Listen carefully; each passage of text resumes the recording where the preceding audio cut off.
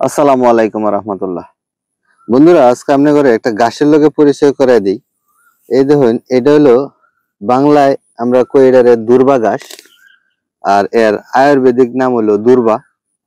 এটার হাজারো রকম ঔষধি গুণ আছে। আমি আপনি করে কয়েকটা ঔষধি গুণের কথা কই। এটা এই দুর্বা পাতাটা যদি আপনার শরীরের কোনো অংশ কাটা যায়, আপনি ওই কাটা স্থানে এই দুর্বা পাতা ডইলা লাগাই দিলে আপনার ওই ক্ষতস্থানে রক্ত পড়া খুব দ্রুত বন্ধ হয়ে যাব।